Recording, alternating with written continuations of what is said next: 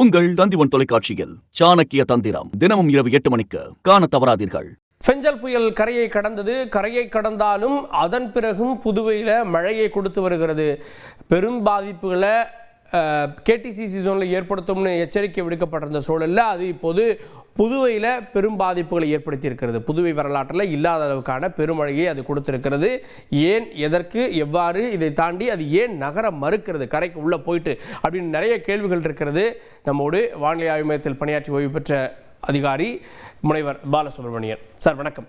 இது ரேடாரை பார்த்துருந்தோம்னா தெரியும், நேற்று முன்தினம் இரவு 10 மணிக்கு உருவாகி வர தொடங்கியது இதே மேகக்கூட்டம். நேற்று காலையில் இங்கே வந்தது, மதியம் மாலையில் இரவு அப்படியே தங்கிவிட்டது. எதனால் இன்னும் மழை பெய்து கொண்டு இருக்கிறது? இந்த எக்ஸ்ட்ரீம் ரெயின்ஃபால் ஏன்? ஒரு புயல் கரையை கடக்கும்போது பெருமழை, பெருங்காற்று, கடல் பொங்கலை இந்த முன்னால் பாதிப்பு ஏற்படலாம். அதில் பெருமழையால் பாதிப்பு ஏற்பட்டிருக்கிறது. காற்றெல்லாம் அவ்வளவு சிறப்பாக இருந்ததாக, கடுமையாக இருந்ததாக தெரியல. பொங்கலையும் ஏற்பட்டதாக தெரியல. காற்று அதிகமாகும் போது தான் பொங்கலை ஏற்படுவதற்கான வாய்ப்பு இருக்கிறது. ஏன் இது ஒரே இடத்தில் நிலை கொண்டிருக்கிறது அப்படிங்கிறதுக்கு காரணம் இந்த புயலை செலுத்துகின்ற அந்த சக்தி, அதாவது புயலின் திசையை நிர்ணயிக்கின்ற ஒரு சக்தி சுமார் 12.8 கிலோமீட்டர் உயரத்தில் மேலே, ஆமாம், வளிமண்டலத்தின் 12.8 கிலோமீட்டர் உயரத்தில் நாங்கள் அதை 200 HPA என்ற லெவல் என்று சொல்லுவோம். அந்த லெவல் இருக்கிற காற்று தான் பொதுவாக இந்த மாதங்களில் இது ஒரு குளிர் ஆரம்பித்து விடுது அப்படின்றது தான் கணக்கு. ஸோ இந்த மாதத்தில் அந்த ஒரு ஜெட் ஸ்ட்ரீம் ஒன்று போகும். அது வடக்கு டெல்லி, நாக்பூர் அந்த லேட்டிடியூட்டில் அது போகும். அது வெஸ்டர்லி ஜெட், மேற்கிலிருந்து வீசுகின்ற கடுங்காற்று. ஆமாம், அதுதான் குளிரை கொடுக்குது. இல்லை, அது மேலே இருக்குது, 12.8 கிலோமீட்டர், அதுக்கும் இதுக்கும் சம்மந்தம் இல்லை. அந்த காற்றைக்குள்ளார பிற காற்றுகள் போய் சேரும். அப்படி அது ஒரு ஆன்டி சைக்ளோனிக் ஃப்ளோவை உருவாக்கும் அந்த லெவலில், அந்த உயரத்தில். அப்படி ஒரு anti cyclonic flow bay of பெங்கால்லையும் இருக்கும், அரேபியன் சீல இப்படி ரிவர்ஸ் சைடில் இருக்கும். ஸோ அரேபியன் சைடில் இந்த உள்ள, ஆமாம், இப்படி இருக்கும். அதாவது இங்கேருந்து வருகிறது காற்று இல்லையா, வருகின்ற காற்று இங்கேருந்து இப்படி போகும். இங்கே இங்கேருந்து வருகிற காற்று இப்படி இந்த அந்த ஜெட் ஸ்ட்ரீமில் போய் இணையும். ஓகே, இந்த இரண்டுக்கும் இந்த பாதையில், போகின்ற பாதையில் புயல் மாட்டுச்சு அப்படின்னா அது கூடவே போகும். ஓகே, ஒருவேளை இதில் மாட்டுச்சு அப்படின்னா இப்படி சவுத்தில் போகும்.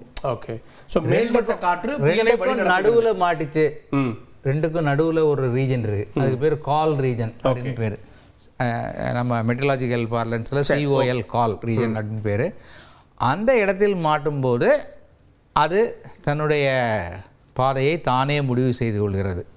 இப்போ அது இரண்டுக்கும் நடுவில் இருக்கிற ஒரு அந்த கால் ரீஜனில் மாட்டிருக்கலாம் அப்படின்னு நினைக்கிறேன். நேற்று நிறைய முரண்பாடுகளை பார்த்தோம். 5:30 மணிக்கு கரையை கடக்க தொடங்கி 10:30க்கு கரையை கடந்து விட்டது, 11 மணிக்கு கரையை கடந்து விட்டதுன்னு வானிலை ஆய்வு மையம் சொல்றாங்க. இன்னும் சிலர் தனியார் ஃபோர்காஸ்ட் மாடல்ஸ்ல இன்னும் கடல்லே இருக்க மாதிரி காட்டுறாங்க. மேபி இப்போ வானிலை மையமும் அது புதுவைக்கு பக்கத்தில் உள்ள கரையை கடந்தும் நகராமல் நிற்கிறது அப்படின்றாங்க.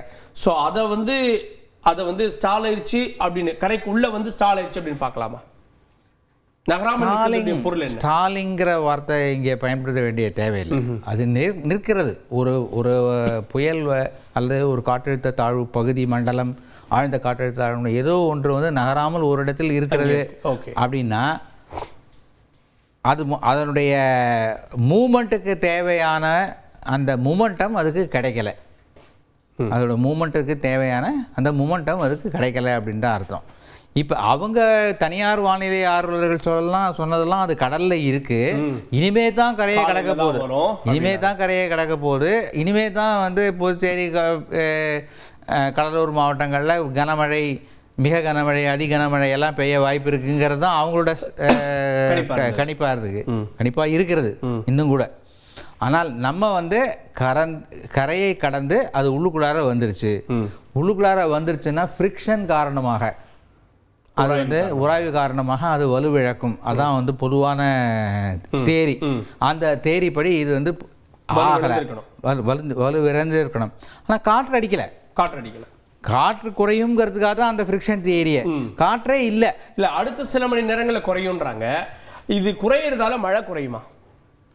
அதாவது தாழ்வு மண்டலம் இந்த இப்போ இந்த இங்கே உங்களுக்கு தெரிகிறது, இங்கே ஒரு லைன் தெரிகிறது, இது ஒரு லைன் தெரிகிறது, இங்கே ஒரு லைன் தெரிகிறது. இந்த லைன்லாம் வந்து சுமார் மழை மேகங்கள், மழை மேகத்தினுடைய கோடு.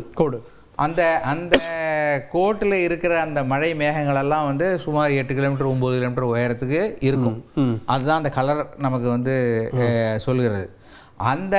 அதுவெல்லாம் மழை பெய்து உயரம் குறைந்து சாதாரண கிடைமட்ட மேகங்களான ஆயிடுச்சுன்னு வச்சுங்க, அதுக்கப்புறம் ட்ரிசில் தான், அதுக்கப்புறம் அதுவும் நின்றுடும்.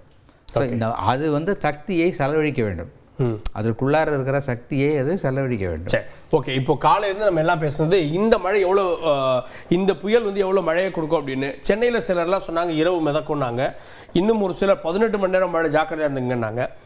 இதற்கு மத்தியில் இந்த நிகழ்வு மாறி இடம்பெற்றிருக்கிறது. சென்னைக்கு பதிலாக புதுவையில் இடம்பெற்றிருக்கிறது. ஏன்னா அது நியர்லி 50 அப்படின்றாங்க.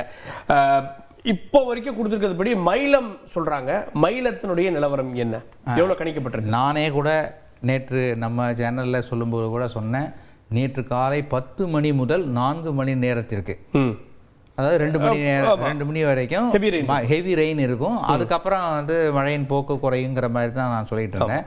ஆனால் அதுக்கப்புறம் மழை நின்னே போயிடுச்சு. நம்ம ரேடாரை பார்த்து இதுக்கப்புறம் மழை இல்லை, பெருமேகங்கள் வந்தால் தான் உண்டு அப்படின்னோம். இது மயிலம்ல இருக்கிற ஆட்டோமேட்டிக் வெதர் ஸ்டேஷன். ஓகே, தானியங்கி வானிலை கண்காணிப்பு நிலையம். ஓகே.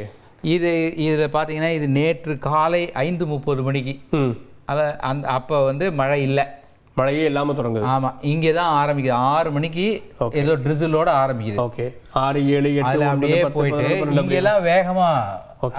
அப்போ 7 மணிக்கு நமக்கெல்லாம் இங்கெல்லாம் மழை வந்து 11, 12 மணி 1 மணி வரைக்கும் அதிகபட்சம் இருந்தது. அதன் பிறகு அப்படியே உள் மாவட்டங்களுக்கு போயிட்டு இங்க பாருங்க, இதுதான் which is the highest 49.4. நேற்று அதிகமாக பதிவானது இதுதான்.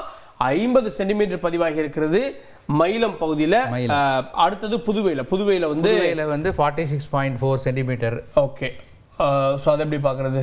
அது வந்து இங்கே ஸ்டேட் மாற்றணும். ஓகே, சரி, ஓகே. நம்ம தொடர்ந்து வந்து புதுவையினுடைய நிலவரத்தை நம்ம பார்க்கலாம். புதுவை ஏன் இப்படி ஒரு கடும் மழையை சந்தித்தது, இதனால் ஏற்பட்டிருக்கக்கூடிய பாதிப்பு என்ன, இன்னும் எவ்வளோ மழை அங்கே தொடரும் அப்படின்ற பல கேள்விகள் இருக்கிறது. உங்கள் தந்திவன் தொலைக்காட்சியில் சாணக்கிய தந்திரம் தினமும் இரவு 8 மணிக்கு காண தவறாதீர்கள்.